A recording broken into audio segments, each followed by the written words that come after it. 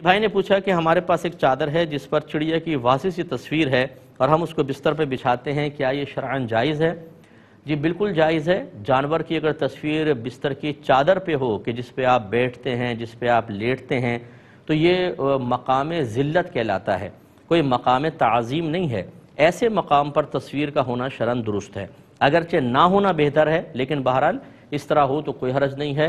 सैयदा आयशा सिद्दीक़ा रज़ी अल्लाह ताला अन्हा ने नबी करीम सल्लल्लाहु अलैहि वसल्लम के बैठने के लिए एक गद्दी तैयार की थी जिस पर तस्वीर थी और मेरे आका सल्लल्लाहु अलैहि वसल्लम ने उसको इस्तेमाल फरमाया, तो इसलिए इसमें कोई हरज नहीं है।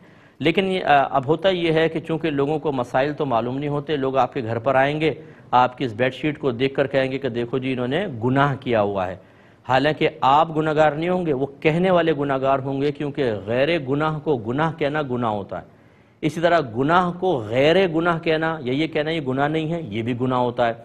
तो ये लोगों को चूँकि मालूम नहीं होता, इसलिए बेहतर है कि आप सादा या कोई प्रिंटेड और तरह की बेडशीट बिछाएं। लेकिन बहरहाल अगर आप इस तरह जानवर वाली करते हैं, बिछाते हैं, आपको अगर बदगुमान होता है तो आप उसको वजाहत कर देते हैं, तो बहुत अच्छी बात है, जायज़ है।